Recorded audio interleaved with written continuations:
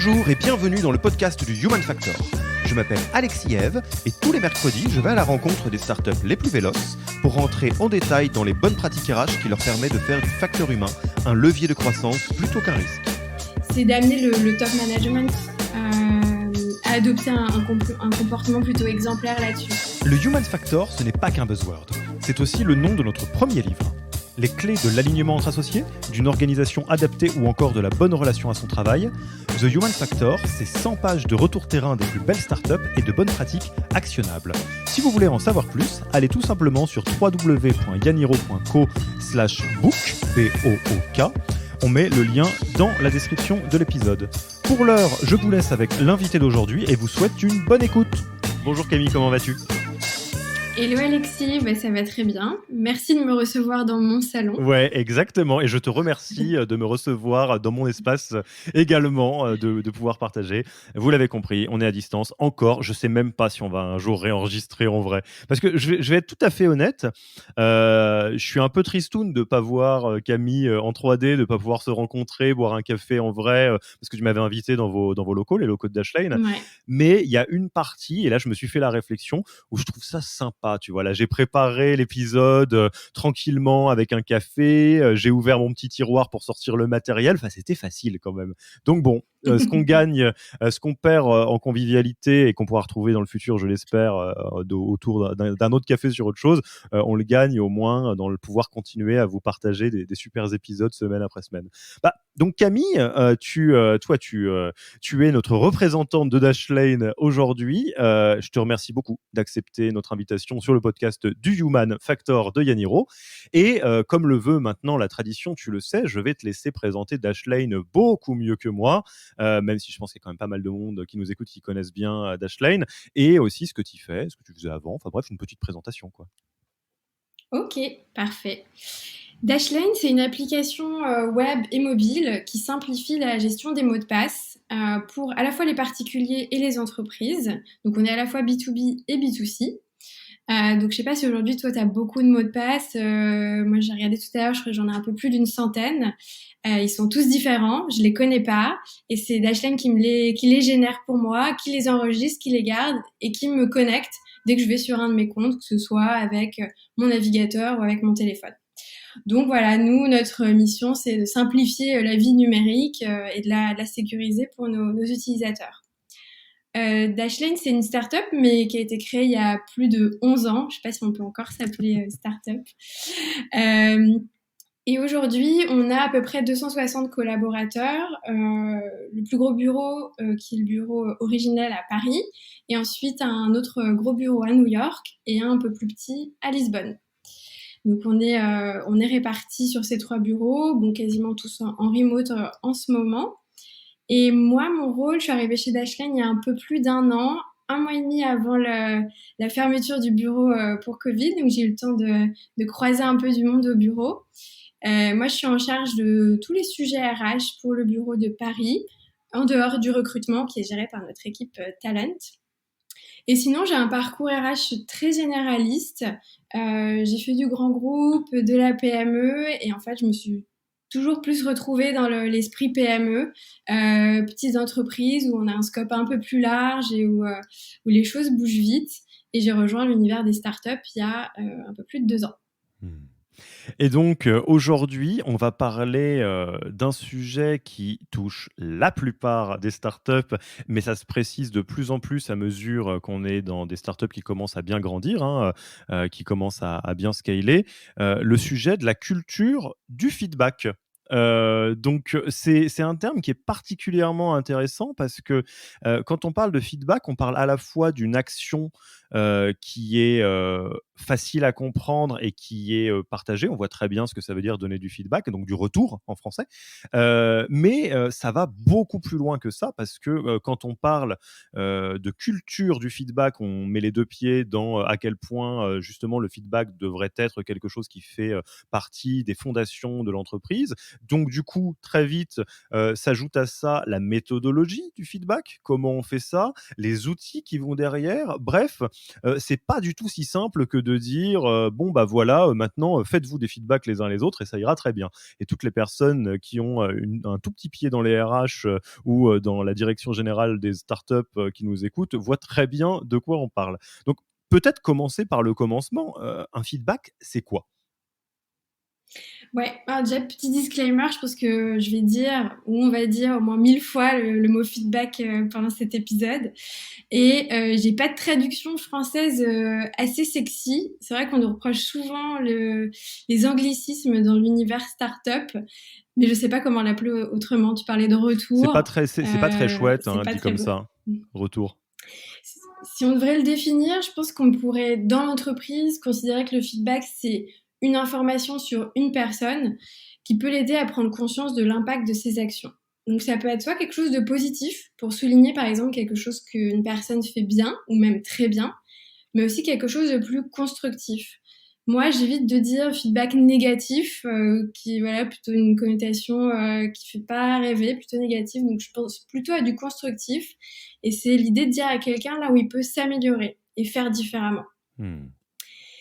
Et l'objectif du feedback en entreprise, ben, c'est d'aider les autres à grandir, à s'épanouir. Et voilà, booster un peu le développement des équipes, l'engagement, la collaboration. Et, Et et, et alors, du coup, c'est vrai qu'on peut attaquer directement sur cette question-là. Euh, Beaucoup d'entreprises se posent la question d'instaurer une culture du feedback ou en tout cas de professionnaliser leur approche du feedback ou de la systématiser. Il n'y a pas forcément obligé de parler d'une culture du feedback. Toi qui t'es penché largement sur le sujet, pourquoi est-ce que c'est important? Parce que de l'extérieur, on comprend bien. Ça fait partie des sujets qui, pour le coup, sont assez simples intellectuellement à comprendre. On imagine bien que donner des feedbacks pour améliorer ses collaborateurs, collaboratrices ou ses pairs, ses managers, ses managers, c'est utile, mais est-ce que en creusant, tu as découvert plus en profondeur l'impact qu'a effectivement la mise en place d'une culture du feedback ou de la professionnalisation du feedback versus le fait de ne pas le faire, par exemple?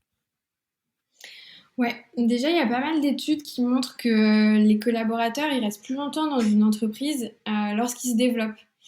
Et du coup, sans feedback, en fait, on peut jamais s'améliorer. On ne sait pas ce qu'on fait bien, ce qu'on peut faire mieux. Et donc, on s'épanouit pas à la fois quand on n'apprend pas comment on peut s'améliorer, et aussi quand on n'apprend pas non plus ce qu'on fait bien et qu'on n'a pas d'encouragement positif. Je pense que c'est toute une histoire de balance aussi entre les deux. Et nous, chez Dashlane, nos croyances concernant la pratique et la culture du feedback en continu, c'est qu'on pense que c'est le moyen le plus pertinent pour aider les équipes à grandir. Et on pense aussi que nos managers, par exemple, ben, ça devient des meilleurs managers quand ils donnent du feedback de manière plus fréquente à leurs équipes. Et pourquoi tu parlais un peu du côté ça marche pas ou voilà pourquoi quand on le fait pas. En fait, je pense que le pire, ce qui est peut-être déjà arrivé à beaucoup d'ailleurs, c'est de se retrouver dans une revue de performance avec son manager un jour et de découvrir complètement le contenu, quoi. Mmh. À ce sujet, je passais un petit coucou, si tu nous écoutes, Maxime Wagner de Captain Contrat. Je ne sais pas si certains d'entre vous qui nous écoutent le savent, mais Captain Contrat, bon, qui est assez connu dans le milieu startup, a une culture du feedback qui est très présente et qui répond au doux nom de tacle bienveillant. Et ce n'est pas une traduction directe du Radical Candor hein, de Kim Scott. Ils ont mis ça en place avant et ça veut dire ce que ça veut dire, c'est-à-dire que c'est une forme de feedback qui est très musclée, mais qui est très codifiée. Enfin, c'est pas des tacles à la gorge, c'est là effectivement pour permettre de grandir, de faire grandir tout le monde. Et quand on creuse un petit peu, je pense à Maxime parce qu'effectivement c'est lui qui l'a beaucoup théorisé. La manière dont il défend ça, au-delà du fait que culturellement dans Captain Contrat, c'est très logique. C'est il dit effectivement, en fait, paradoxalement, ce qui se passe, parce que c'est des feedbacks qui sont assez musclés, c'est que ça crée un niveau de confiance qui est très élevé. Parce qu'en réalité, quand tu as du feedback en continu sur absolument tout, ce qui est essentiel à l'entreprise en tous les cas, ce que ça veut dire en creux, c'est que tu seras jamais pris au dépourvu. Tu ne peux pas arriver dans un moment clé en te disant t'es pas à haut niveau ou il y a un problème d'attitude ou quelque chose comme ça. Ça arrive bien avant ça. Donc paradoxalement, ça crée une cohésion qui est très forte. Ouais, exactement ça. Et surtout quand on a une partie un peu 360 degrés, ou du moins quand on inclut le feedback des pairs, et où c'est pas juste entre le collaborateur et son manager. Ça, je pense qu'on aura l'occasion d'en parler un petit peu plus après. Assez rapidement. Mais alors, du coup, comment est-ce que vous avez commencé chez Dashlane? Quand est-ce que vous avez commencé? C'était avant que tu arrives, il me semble. Pourquoi, en fait? Quel a été le point de départ où vous vous êtes dit, allez, on met ça en place ça prend quelle forme? Ouais, bien avant que j'arrive. Comment on a commencé? Eh bien, sans outils dédiés, sans équipe RH, mais avec un modèle en tête. À l'origine, ça a été initié par nos dirigeants de l'époque. C'était environ à la 4e année de Dashlane, où il y avait à peu près 40 Ah oui, collaborateurs. ça fait un bon moment, du coup, hein. Ouais, et ça a commencé de manière assez classique via des revues de performance en fait. Donc c'était un process assez simple avec 2 revues par an entre juste le collaborateur et le manager. On utilisait Confluence, qui est notre outil de knowledge management qu'on utilise toujours aujourd'hui, et un modèle qui s'appelle le modèle Start Stop Continue, qui est un modèle qui avait été choisi par notre ancien CEO tout simplement parce qu'il l'avait déjà utilisé dans une autre entreprise et qu'il était convaincu des bienfaits de ce modèle. C'est un outil de management qui est assez courant aux US, qui est notamment pas mal promu par Netflix, qui en parle beaucoup, qui ça fait partie de leur culture. Et l'idée, c'est de se concentrer sur les choses qu'une personne devrait commencer à faire, arrêter de faire et continuer à faire. Et donc, l'objectif, c'est de voilà, promouvoir un feedback clair et surtout axé sur les actions. Donc, nous, au fil des années, on est passé de voilà, revues de performance un peu classiques, qu'on appelle chez nous des feedback checkpoints, qu'on a toujours aujourd'hui, à une culture du feedback un peu plus en continu, même si c'est quelque chose sur lequel on travaille toujours et on essaie de s'améliorer. Et je pense qu'un élément qui a aussi boosté cette culture, c'est l'arrivée de notre CTO, qui nous a rejoint il y a un peu plus de 5 ans, et qui a vraiment été moteur et porteur de cette culture du feedback. Parce que l'un des aspects les plus fondamentaux lorsqu'on veut un peu initier cette culture, ou j'imagine d'ailleurs n'importe quel pilier de sa culture, c'est d'amener le top management à adopter un comportement plutôt exemplaire là-dessus. Donc en fait, quand on a des execs, des leaders qui vont naturellement donner du feedback et en recevoir et en demander à leurs équipes, ça va encourager voilà, leurs équipes à faire de même. Alors déjà, ça m'évoque plein de questions et ça me rappelle plein de souvenirs d'époque où j'étais salarié de start-up, où effectivement, il y a beaucoup de choses, si c'est pas porté par, les fondateurs, malheureusement, c'est plus dur. Enfin, c'est logique un peu, évidemment. 1re question qui me vient, c'est, tu as parlé effectivement, des performance reviews ou des entretiens annuels. Est-ce que c'est déjà du feedback? Est-ce qu'on peut dire que c'est, le point de départ? Enfin, comment ça se passe? Parce que quand on parle de culture de feedback, beaucoup d'entre nous vont se représenter l'état d'arrivée. Enfin, une entreprise dans laquelle tout le monde se donne du feedback de manière très codifiée, tout le monde le reçoit, personne le prend mal, etc.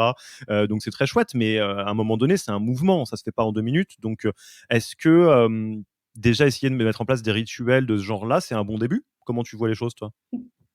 Ouais, moi je vois ça comme un moyen assez actionnable en fait. C'est comme ça que nous on avait abordé ça chez Dashline. C'était de commencer par la partie un peu revue de performance. C'est souvent assez classique dans les boîtes en fait. Ça naît comme ça. On a un process que on considère un peu comme process RH, mais qui est là pour accompagner les équipes. Et c'est comme ça qu'on va instaurer cette culture où voilà, on prend le temps de se poser, de faire un peu un assessment sur soi, sur ses collaborateurs et de se donner son feedback. Donc je pense que c'est un bon moyen de commencer, qui est pas le seul, mais pour voilà, lancer un peu la culture en interne. Ça serait quoi les autres bons moyens de commencer? Enfin, une boîte, une entreprise qui nous écouterait, qui a envie de commencer, il y en a d'autres des petits rituels ou des petites, techniques? Bah, ça peut être l'idée de se donner à chacun, par exemple, du feedback après chaque fin de projet.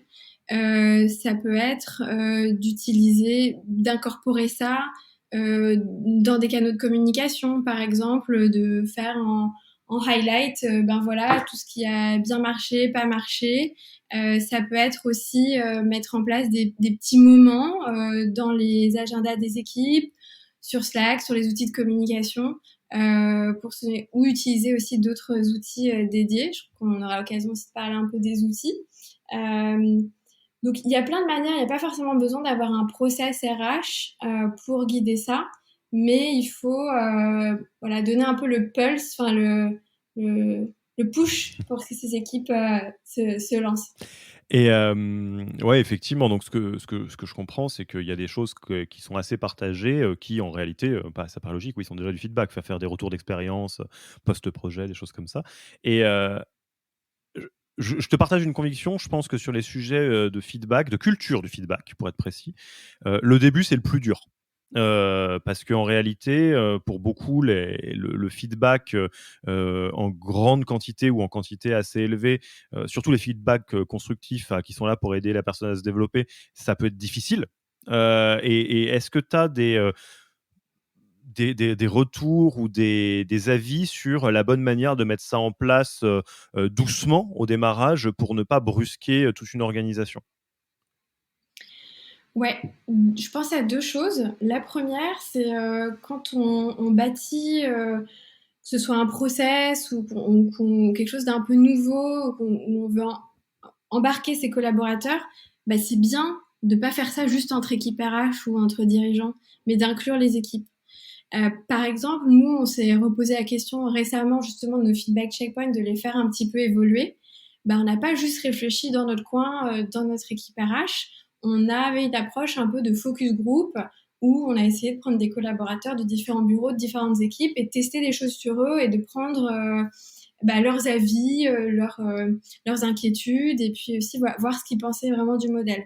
Je pense qu'un premier conseil, ça peut être de se dire, ben, un petit peu prendre le pouls des équipes et, et voir comment les embarquer. La deuxième, ce serait aussi de former ces équipes. Je pense que tu l'as dit, le feedback, c'est pas quelque chose qui est toujours hyper naturel. On peut être assez mal à l'aise, notamment pour la partie un peu feedback plus constructif. On ne sait pas comment faire passer ces messages. Et donc, ça peut être ben, justement d'apprendre à ces équipes comment donner du feedback, c'est quoi du feedback et comment le formuler. Ouais, effectivement, c'est plein de bon sens, là, ce que tu nous partages parce que, on retrouve 2 éléments qui sont, valables sur beaucoup de sujets. C'est d'une part, en faire un projet, enfin, ne pas le rendre flottant, c'est pas juste, un petit message du président à ses équipes en disant: «À partir de maintenant, on a le droit à l'erreur» ou je ne sais pas quel, truc comme ça. C'est de l'encapsuler dans quelque chose et effectivement, former les équipes à ça, c'est une manière d'encapsuler, de dire, on y met, les watts, le temps, éventuellement le budget. Et après, tout le bon sens qui est relatif aux méthodologies de conduite du changement. De dire, ce n'est pas une petite équipe qui fait ça quelque part de manière isolée, mais il faut intégrer une grande partie de l'entreprise pour que la greffe prenne. C'est valable pour la culture du feedback, c'est valable pour à peu près tout. Ok, ok, non, mais c'est plein de bon sens. Donc là, on est au stade où on a une idée des bases déjà, effectivement, on commençait à faire des retours d'expérience post-projet et puis des entretiens annuels de performance. Alors, on n'a pas encore fait d'épisode dans le podcast de Yaniro spécifiquement sur les revues de performance, les entretiens annuels, ça viendra, hein, je m'en doute, mais c'est pas le sujet d'aujourd'hui. Le niveau du dessus. Là, quand il s'agit de trouver son propre modèle et de se dire, allez, on a fait le premier flocon, mais maintenant on a envie de passer un cran après. Comment ça se passe? Comment vous avez fait, vous, au niveau de Dashline?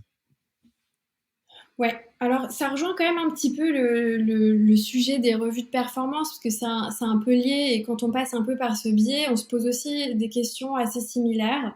C'est-à-dire quand on veut créer son propre modèle, on va devoir se poser plusieurs questions. C'est-à-dire, c'est quoi la cadence? Si par exemple j'ai des revues tous les trimestres, 2 fois par an, 1 fois par an, c'est décider est-ce qu'il y a un lien entre ces fameuses revues, si on passe par le biais des revues de performance, avec les revues de rémunération, les promotions. C'est choisir la façon dont on va formuler ces questions, si on a des trames de questions un peu précises. Définir aussi évidemment qui participe, c'est-à-dire est-ce qu'on fait quelque chose qui est juste entre le manager et ses reports directs, est-ce qu'on inclut les pairs, est-ce qu'on veut le feedback des équipes sur leur manager. Et un autre point qui fait beaucoup débat, c'est est-ce qu'on veut ajouter un système de rating, c'est-à-dire de notation.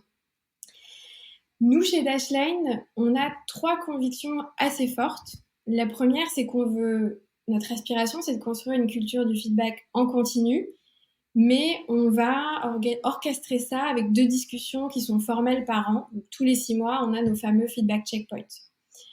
Pourquoi tous les 6 mois? La cadence en startup, en scale-up, les choses, elles peuvent quand même bouger assez rapidement. Donc, une fois par an, ça paraît beaucoup trop long dans l'univers startup. La deuxième conviction, c'est les 360 degrés qu'on a mis en place au fil de l'eau, donc avec l'auto-évaluation du collaborateur qui donne et qui reçoit du feedback de ses pairs et aussi sur son manager. Et la troisième conviction, c'est que chez nous, on n'a pas de rating.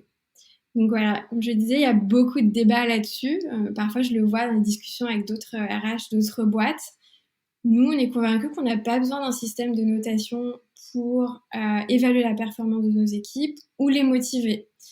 Il y a même un peu des études qui montrent que c'est peut-être même plus démotivant.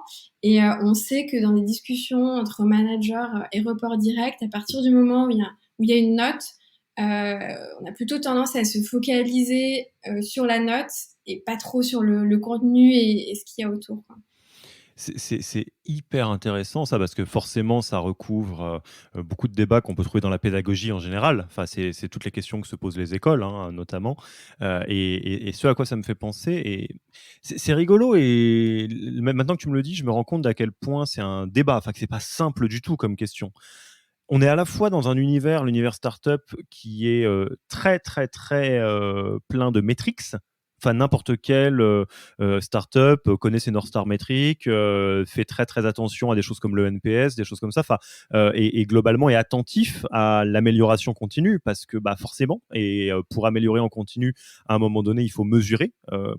On ne peut pas améliorer quelque chose qu'on ne mesure pas, c'est difficile.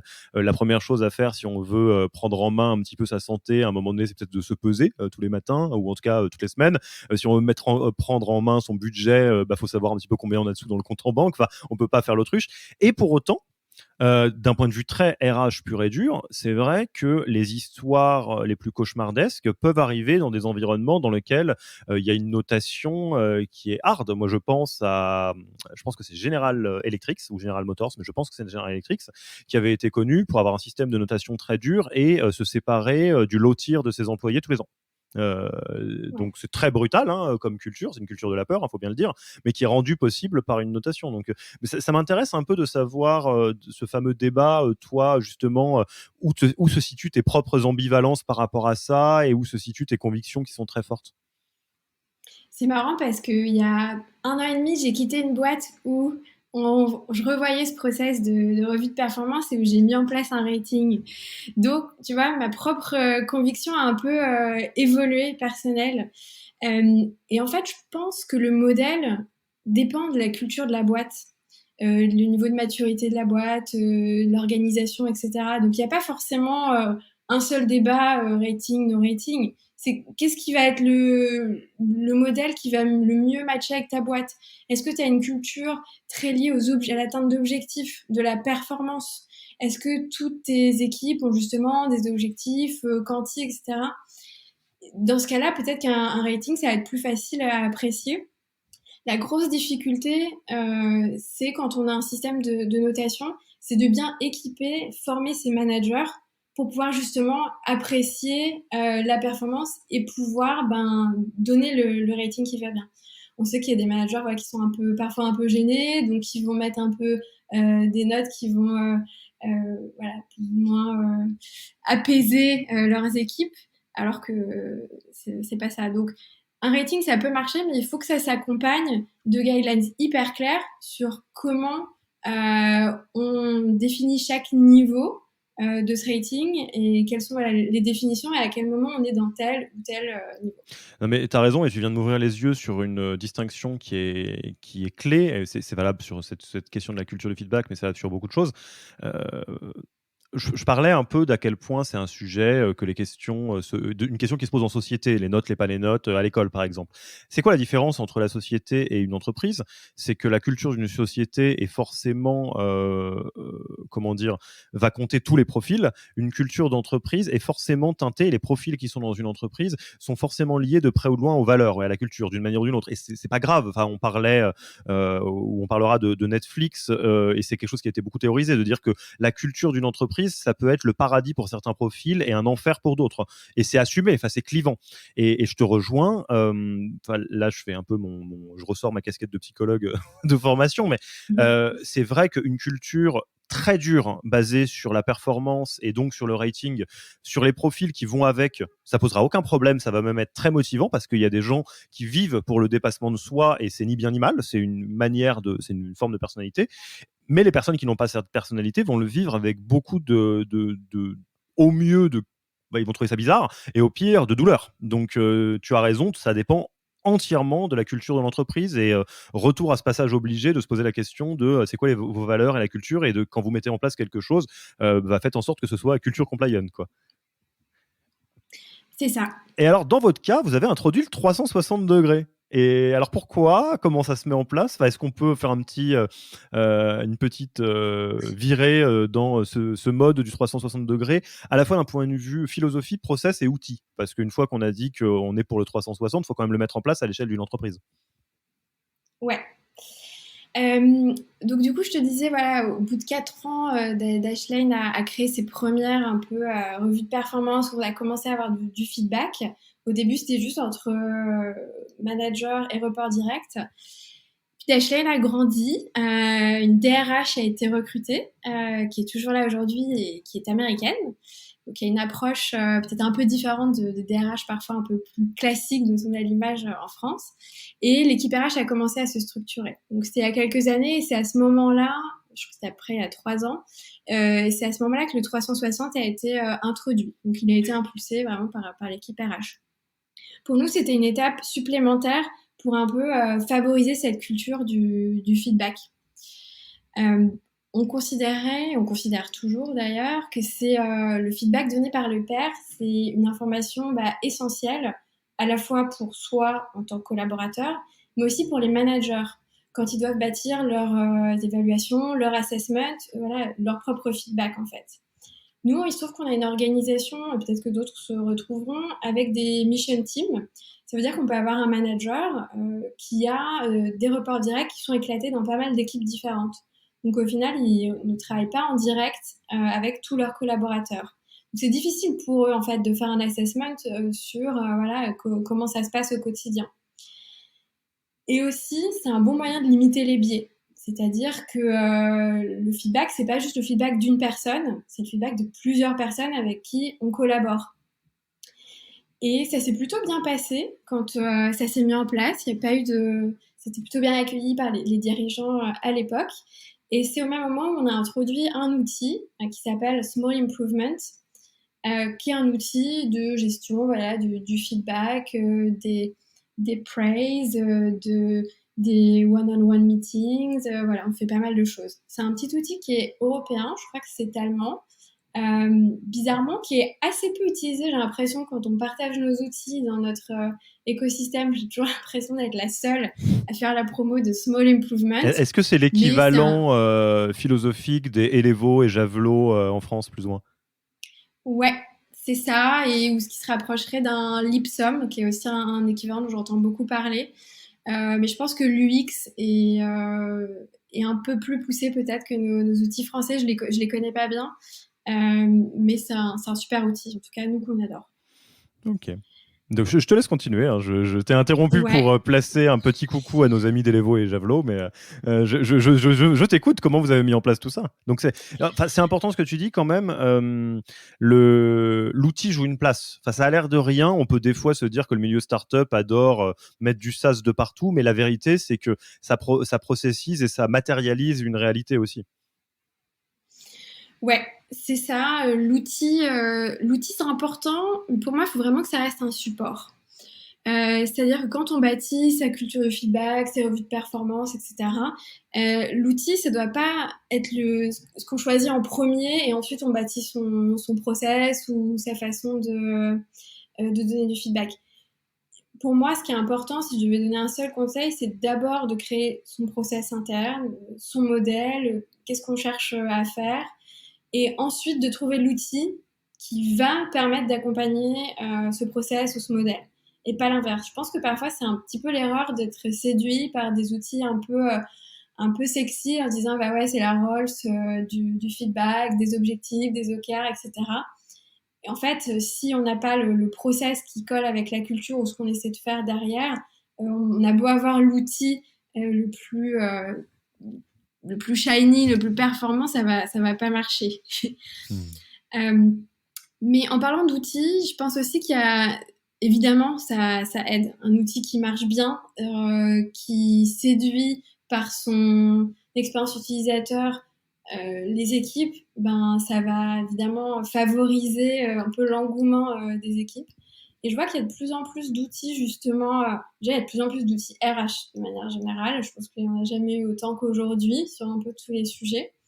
Donc voilà, on parlait de small improvement. Il y a aussi d'autres outils, des plus gros outils américains comme Lattice, comme CultureAmp, maintenant qui se lance aussi sur la partie feedback.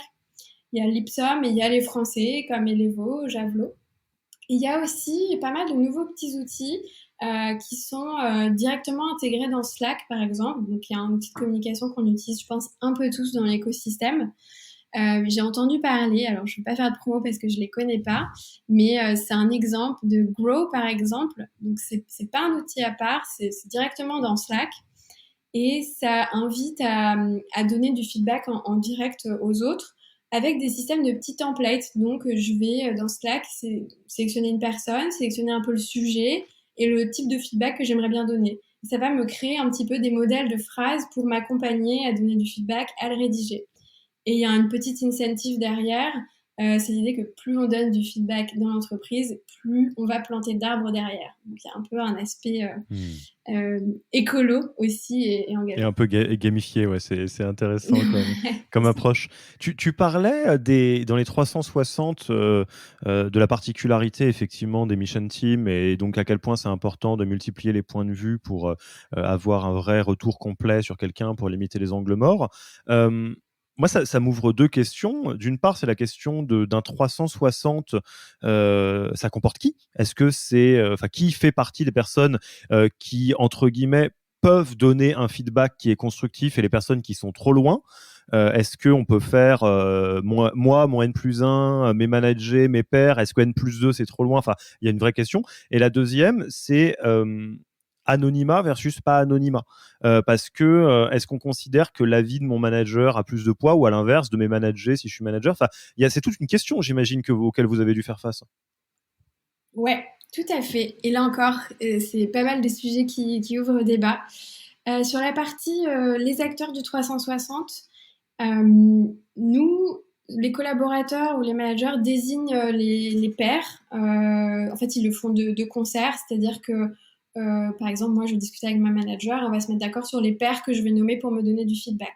Il y a une vraie discussion pour se dire, ben voilà, cette personne, je travaille beaucoup avec, est-ce que ça a du sens? Je pense que c'est important d'impliquer les managers là-dedans, puisque sinon, on se retrouve pas forcément avec du feedback qualitatif et voilà, de bien s'aligner sur qui sont les pairs que je vais nommer pour donner du feedback sur mon travail. Donc à chaque fois, on peut nommer différentes personnes. Nous, on a capé on dit généralement entre 3 et 5 pairs maximum. L'idée, c'est pas non plus de créer une usine à gaz où on va demander du feedback à 10 personnes et où du coup tout le monde se retrouve à avoir une tonne de feedback à donner, à rédiger. Donc on cape aussi. C'est assez pratique. Ensuite, donc, on choisit les pairs qu'on veut, en fait, c'est assez libre. Donc, le manager lui va forcément de toute façon donner son feedback à ses reports directs. Et le collaborateur va également donner du feedback sur son manager. Donc, c'est pour ça que c'est vraiment à 360 degrés. Tu parlais de l'anonymat et c'est un point hyper important parce que justement, nous, on s'est beaucoup posé la question. Et conserver l'anonymat pour la partie le feedback que reçoit le manager, c'est quelque chose qu'on a décidé de conserver. C'est-à-dire chez Dashlane, le feedback entre pairs, il est complètement visible, il est transparent. Et pourquoi on a fait cette décision, pris cette décision, c'est parce que la transparence, ça faisait partie de nos valeurs et on voulait aussi voilà, encourager les collaborateurs à suivre la culture de la boîte. En revanche, là où ça devient un peu plus touchy, c'est quand on parle voilà, du feedback qu'on veut donner à son propre manager. Parfois, on n'est pas toujours hyper à l'aise et on avait vraiment envie de garder un safe space pour les équipes pour pouvoir donner du feedback librement sur leur manager. L'idée, c'est pas vraiment de faire un lash-out complet. Donc, ça veut dire que en pratique, euh, quand par exemple moi je donne du feedback sur mon manager, lui ne voit pas le contenu ni qui a écrit quoi, mais le N+2 va pouvoir voir, donc le manager du manager, va pouvoir voir le contenu uniquement. Donc ne sait pas qui a écrit quoi. C'est quelque chose qui fait pas mal débat, y compris en interne. En fait, on sait qu'on va pas réussir à trouver un modèle qui va faire plaisir à tout le monde, mais pour nous, ça nous paraissait essentiel de garantir un peu ce safe space. Donc, ce qu'on fait en fait avec nos managers, c'est qu'on les encourage à accueillir du feedback de manière régulière en direct de leurs équipes, soit lors de leur one-on-one régulier ou lorsqu'ils font des débriefs avec leurs équipes, par exemple après nos enquêtes d'engagement.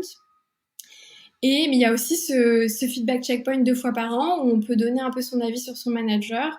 Et si on a des messages qu'on veut faire passer et qu'on n'est pas très à l'aise de faire passer en direct, ben, on peut utiliser ce canal-là.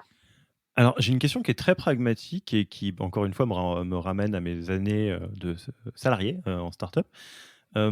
C'est quoi la meilleure approche selon toi ou de ce que tu as vu pour, comment dire, pour arriver à faire coexister la performance et les carrières. Parce qu'en réalité, alors moi je te donne l'expérience que j'avais eue, on avait mis en place une culture du feedback et on s'était un tout petit peu pris les pieds dans le tapis. Alors je sais pas, c'est pas très grave, hein, c'est difficile de faire tout bien du premier coup, parce que justement il y avait une zone de recoupement qui était trop forte entre la performance dans une logique d'évolution générale des équipes et de l'entreprise et les entretiens annuels. Donc en fait ça créait des systèmes politiques un peu à la con où tu disais pas tout ce que tu voulais dire parce que tu savais que 2 mois après, tu allais jouer ton augmente ou pas. Et après coup, en fait, l'approche qui a été fort de cette première année, qui n'était pas optimale, ça a été très largement séparé. Enfin, globalement, il y avait 6 mois entre les entretiens de performance et les entretiens qui sont des augmentations, REM, carrière, etc. Ce qui avait résolu 99% des problèmes en réalité. Et j'aimerais bien savoir c'est quoi l'approche là-dessus. Alors nous, je te rejoins un petit peu là-dessus. Nous, on a donc deux revues de performance par an, nos feedback checkpoints, donc qui sont pas vraiment forcément tournés uniquement vers la performance. C'est aussi un moyen juste de collecter du feedback et de faire le point. Et on a 2 revues de rémunération, de revues des rémunérations et des promotions 2 fois par an aussi, qui interviennent pas au même moment, qui interviennent après. Donc je peux pas dire qu'il n'y a pas de lien entre les deux, mais évidemment, on va baser nos promotions, nos augmentations, on va se baser aussi sur la performance des équipes, mais c'est des discussions qui sont complètement à part. C'est-à-dire que lorsqu'on est dans les feedback checkpoints, on n'est pas là pour parler de promotion ou d'augmentation. On est vraiment juste là pour faire le point sur les 6 derniers mois et les prochains mois, et voilà ce qu'il faut qu'on améliore, qu'est-ce qu'on peut faire différemment, etc. Donc nous, on sépare bien les deux, mais en pratique, il y a quand même toujours un peu un lien entre les deux. Ok, bon, très, très simple, très clair. Et l'autre question que je me posais, parce que tu exprimais effectivement comment il y a une certaine forme de chorégraphie dans la manière dont telle ou telle personne peut partager, recevoir son feedback. Là, tu parlais des N+E qui peuvent lire les feedbacks de leur rapport direct, qui est donc qui a été évalué par leur rapport direct à eux.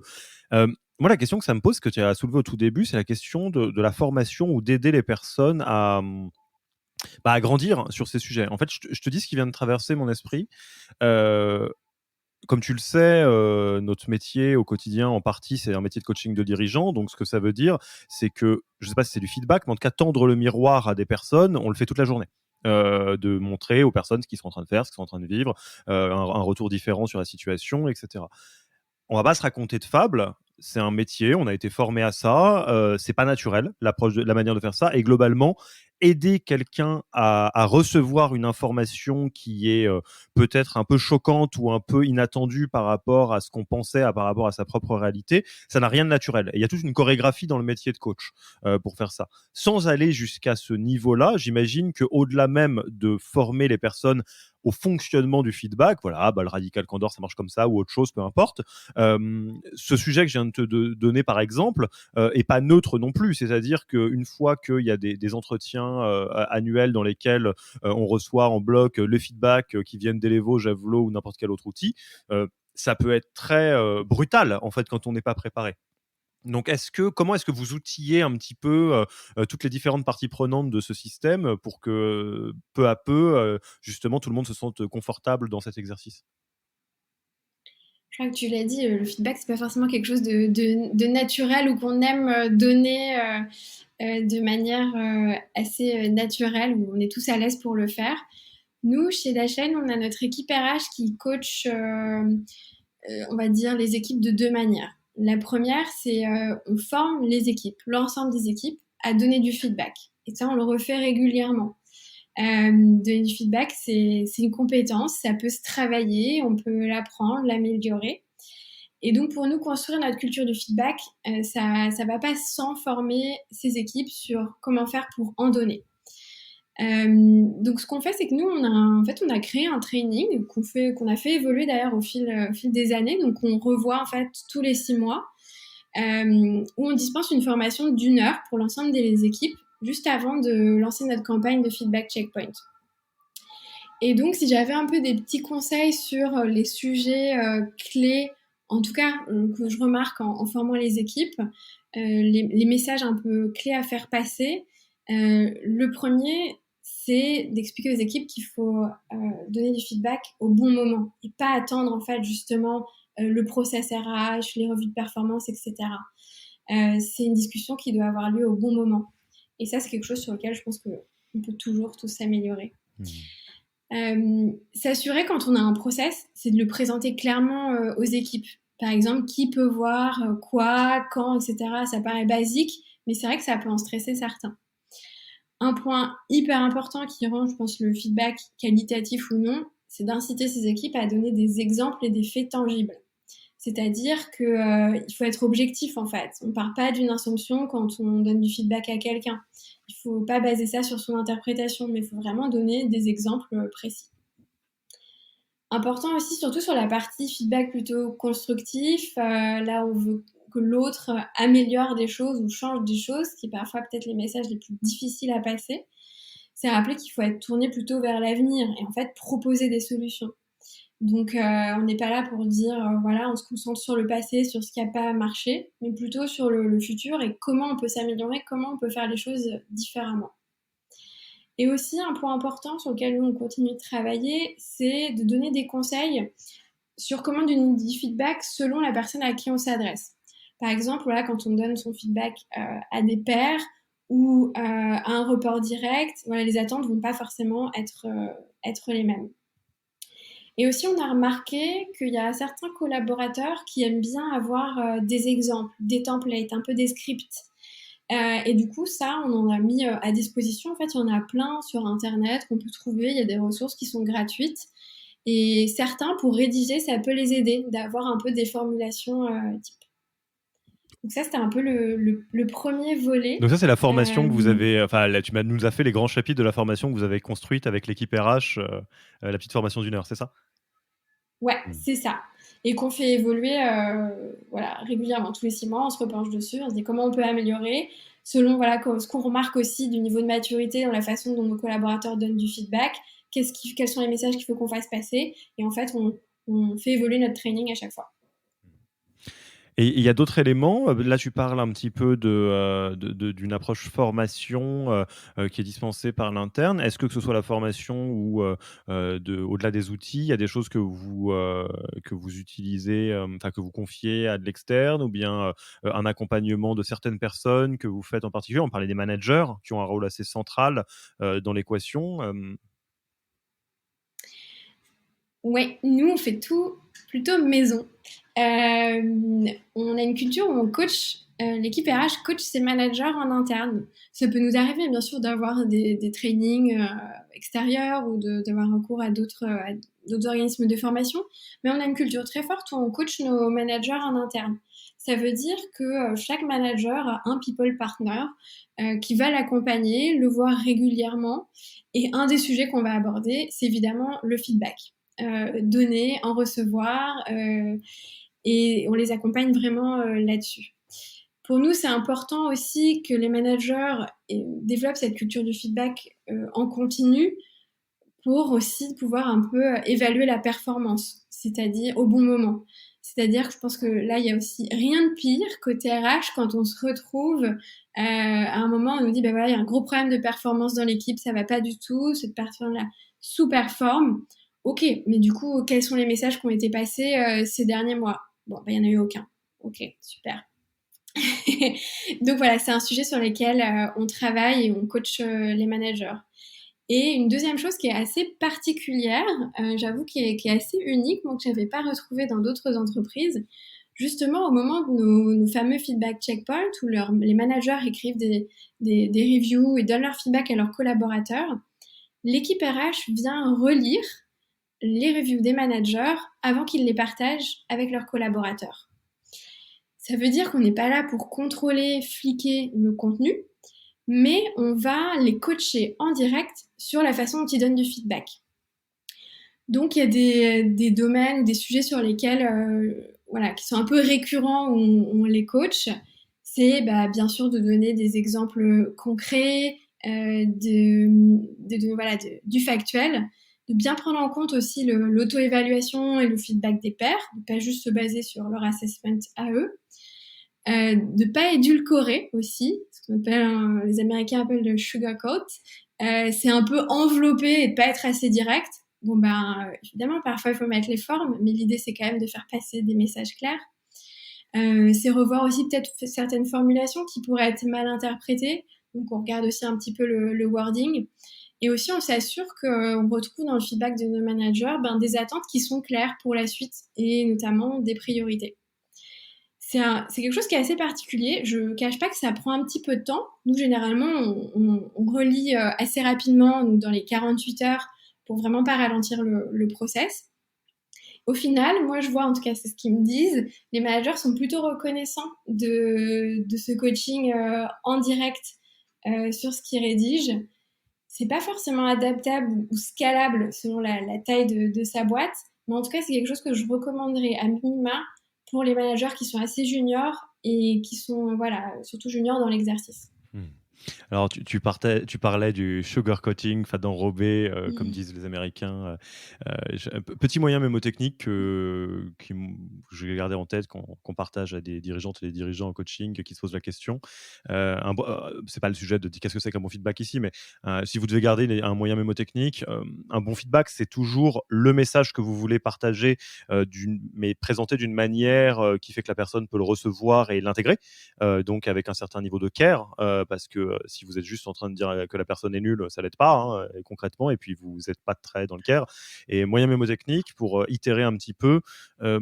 Si vous voyez que la personne en face de vous est très touchée émotionnellement, probablement que vous êtes au bon niveau d'authenticité et de clarté du message, mais probablement pas assez haut sur la molette du care. Et à l'inverse, si vous voyez que le comportement ou le sujet dont vous vouliez parler en feedback n'évolue pas du tout et que vous avez l'impression que la personne n'a pas compris, il y a probablement trop de sucre. Ou en tout cas, je ne sais pas s'il y a trop de sucre, mais il n'y a pas assez du message direct que vous vouliez partager. Donc, un petit exemple de comment jouer un peu sur les molettes. Écoute, je pense qu'on a fait un bon tour. Là, il y a beaucoup de choses qu'on pourrait aborder encore. Peut-être pour terminer, moi, il y a une petite question, une série de questions, je dirais, que j'aimerais te poser. C'est au-delà des process, qu'est-ce qui peut être fait comme bon réflexe dans l'organisation pour engager les équipes à donner du feedback pour favoriser cette culture? Parce que là, on a parlé des gros blocs qui sont très importants, qui sont très structurants. Est-ce qu'il y a des choses qui sont des boosters ou de l'huile dans les rouages d'une mécanique du feedback, ou à l'inverse des choses qui petit à petit viennent faire grincer la machine si on ne fait pas attention? Ouais, je pense qu'il y a pas mal de petites choses un peu actionnables au-delà du process à bâtir si on veut en créer un. Le premier, c'est d'encourager plutôt la reconnaissance, les quick wins du quotidien, ce qui mettre en lumière le travail de chacun, au-delà de la culture du feedback et des reviews, etc. On peut passer par exemple par un outil. Nous, on utilise aussi Small Improvement. Voilà, chacun peut donner à n'importe qui ce qu'on appelle un praise. Donc, c'est une reconnaissance sur son travail. Ça peut être aussi un groupe de personnes pour dire, bah voilà, bravo, merci de m'avoir aidé sur ce projet, super job là-dessus, etc.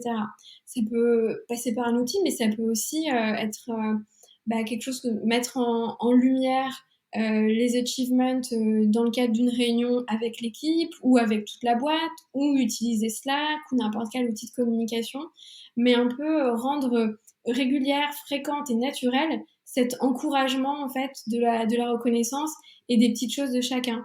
Et je me souviens aussi dans une autre entreprise, on avait utilisé un petit système qui s'appelle toujours Hey Taco. Donc c'est directement dans Slack et en gros chaque personne a 5 tacos par jour qui peut distribuer soit un, soit plusieurs en même temps. Et l'idée, voilà, c'est de se dire merci et d'expliquer pourquoi, de pouvoir éventuellement lier ça aux valeurs de la boîte si on veut, etc. Et notamment, ce que j'apprécie beaucoup avec ce système un peu de reconnaissance, c'est que parfois on a tendance à partager dans les entreprises un peu les big wins, les deals, les nouveaux clients, mais on met pas toujours en lumière les petites actions du quotidien qui ont débloqué des petites choses, etc. Et donc voilà, première chose serait plutôt encourager la reconnaissance. Euh, L'engagement du top management, on en a parlé un peu au début, mais pour en faire quelque chose qui fait partie intégrante de la culture, eh bien, il faut que les dirigeants, comme disent les Américains, walk the talk, soient vraiment incarnent voilà, cette culture du feedback et soient les premiers à en donner et à en demander surtout. Et donc voilà, nous on a la chance d'avoir notre CTO très engagé là-dessus, ça nous aide pas mal. Je fais juste une petite incartade ici. Dans ce qu'on a vu dans pas mal d'organisations, la meilleure manière de tuer dans l'œuf une culture du feedback, c'est de démontrer, encore une fois, souvent les dirigeantes et dirigeants, qu'on n'est pas capable de le recevoir. La réalité, c'est que les entreprises asymétriques dans lesquelles il y en a qui donnent les feedbacks et d'autres qui les reçoivent ne marchent pas. Soit tout le monde en donne et tout le monde en reçoit, soit pas, quoi. C'est clair. Et puis c'est une discussion en fait. C'est pas juste one way. Non, complètement, je te rejoins. Un autre petit quick win ou une petite chose assez actionnable, même si on a dans sa boîte des revues de performance, voilà, des temps un peu forts où on sait que le feedback est orchestré, organisé, eh bien l'idée c'est de pouvoir, nous on montre dans notre outil Small Improvement par exemple comment à n'importe quel moment on peut donner ou demander du feedback à quelqu'un. Donc on peut se lancer en fait son propre cycle si on veut. Autre chose, c'est quelque chose qu'on intègre dès l'onboarding. Donc les nouveaux collaborateurs, on n'attend pas qu'ils soient là pour le prochain feedback checkpoint qui va arriver. Et donc on fait des reviews sur les nouvelles recrues dès leurs 3 premiers mois. Et pour moi, le plus important, le dernier point dont j'ai pas mal parlé, mais c'est de former ses équipes en fait sur comment donner du feedback. On peut avoir un super process, un super outil. Si les équipes savent pas comment le donner, comment formuler, c'est quoi un feedback constructif, c'est quoi un feedback positif, eh bien, on sera pas engagé à le donner régulièrement. Ouais, je pense que c'est une bonne conclusion. On l'a dit, on l'a répété. Le feedback est essentiel pour que les entreprises, les équipes, les personnes évoluent, mais c'est pas naturel. C'est pas naturel ni de le formuler, ni de le recevoir. Donc, c'est pas absurde de se former ou de faire évoluer sa pratique là-dessus. Bon, écoute, Camille, je pense qu'on a fait là vraiment une belle overview de la culture du feedback. Je te propose qu'on passe tranquillement à la fin de l'interview. Première question, évidemment. Quelqu'un nous écoute, a envie d'engager la discussion avec toi pour aller plus loin sur ces sujets. C'est quoi la bonne manière de prendre contact avec toi? On te retrouve où? Eh bien, LinkedIn, c'est me contacter sur LinkedIn. Ensuite, quelle serait une ressource ou plusieurs ressources que tu as envie de partager aux auditeurs, aux auditrices pour aller plus loin sur ces sujets ou sur des sujets connexes? Sur le sujet du feedback, ça peut être intéressant de regarder un petit peu ce que font certaines boîtes américaines, notamment Netflix. Que ce soit de regarder le Culture Deck ou bien le livre de leur ancienne DRH Patty qui parlent de leur culture du feedback, entre autres. Ça peut être assez inspirant, donc de leur fameux modèle Start Stop Continue. Et pour aller plus largement dans la culture un peu RH ou les méthodes disruptives d'entreprise, d'organisation, moi j'aime bien Corporate Rebels, désolée pour l'accent américain, qui est à la fois un site avec une newsletter, ils ont aussi leur bouquin, et en gros ils font le tour des entreprises dans le monde pour aller dénicher les pratiques un peu innovantes de management, d'organisation. Donc ça peut parler aussi bien au RH, mais tout manager ou toute personne dans l'entreprise. Et plus proche de chez nous, même si je le mets dans ma liste des choses à lire, hein, Corporate Rebels, je te rejoins dans l'accent. Passons un petit coucou à Pierre Monclos de YouKnow, qui, il y a quelques épisodes, nous a parlé justement des pratiques RH un peu non conventionnelles, un peu exotiques, et une très grande référence sur ces sujets-là en France. Hein. Pierre, si tu nous écoutes, on te salue. En parlant de ça, tu connais la tradition à laquelle on est très attaché dans ce podcast. Toi-même, tu es quasiment issu de cette tradition, parce que c'est Julia Lévy de Epsor qui nous a dit qu'il fallait absolument qu'on te contacte. Hein. Mais je pense que ton nom est revenu à d'autres moments, mais je repense à Julia là en tout cas. Toi, à qui est-ce que tu as envie de passer le micro pour un prochain épisode du podcast ? Déjà, merci Julia pour le passage de relais. Il y a beaucoup de gens que tu as déjà interrogés, que j'aime beaucoup dans notre univers startup, tech, etc. Et quelqu'un que tu n'as pas encore interrogé, je pense à Fiona Cohen, qui est la DRH de Tiny Clues, donc encore une startup dans la tech, qui a, elle, beaucoup travaillé sur les problématiques de scale, c'est-à-dire comment on passe un peu de la startup à la scale-up, comment on avance sur tout un tas de sujets une fois qu'on a défriché un peu les premiers sujets RH, bâtir sa culture, ouvrir des bureaux à l'étranger, agrandir ses équipes et accompagner un peu les growing pains, c'est-à-dire voilà, quand on grandit. Et je pense qu'elle serait super pour ça. Bon, bah écoute Fiona, si tu nous écoutes, prépare-toi à recevoir un petit mail très poli de notre part pour savoir si tu as envie de passer sur le podcast. J'en profite pour placer une petite précision sur ce sujet. Cette question, on la pose avant toute chose pour c'est du feedback aussi, hein, c'est pour mettre en lumière des personnes que nos invités trouvent fascinants ou particulièrement impressionnantes ou impressionnants, parce que c'est une bonne manière de les mettre en lumière. Ce n'est absolument pas une promesse de la part de la personne qui a été nommée, entre guillemets. Nous, on est tout à fait à l'aise à contacter Fiona ou quelqu'un d'autre et que cette personne nous dise « je veux pas pour une raison X ou Y » ou « j'ai pas le temps » ou bien « ça me met mal à l'aise ». Ce n'est pas obligatoire, mais ça ne change rien au praise, comme tu disais, de Camille pour Fiona. Bon, toujours est-il que elle est la bienvenue, évidemment.